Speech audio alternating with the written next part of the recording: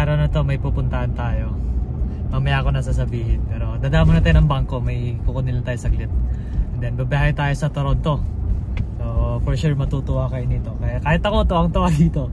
But yeah, papakita ko mamaya. Galing na tayo sa bangko. Nakuha na natin yung kailangan natin. Sunduin lang natin si John, yung tropa ko. Para may kasama ako na pupunta dun sa pagkukuhanan natin ng something. Update ko kayo mamaya. Kasama din pala natin si Zola. Dapat na kaming babiyahe ngayon. Si Zola mamaya dito sa gitna, si John sa passenger side. Wala si Yatot ngayon dahil may work siya. At ako, day off. Ito na yung tropa natin. No, ready ka na? Let's go. Ha? Let's go. Ready ka na makilala yung ano? Yung bakla na ano? Jajawain mo. Joke lang. Where you going, huh? Excited to eh. We're gonna go buy a motor? Huh? May bago motor na si Zola.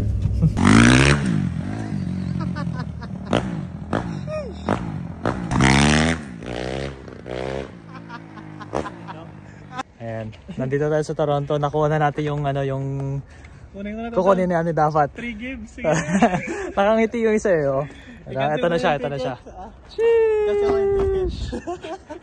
Kasi na i-cancel yung ticket niya para bilhin yung motor.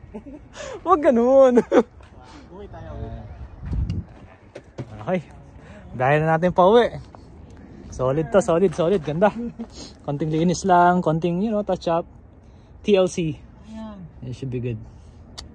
Next month, Pabalik na kami ng Hamilton. 1 hour and 30 minutes ang biyahe sa traffic. Pero yung motor, yung sinadya natin, nandun na sa likod.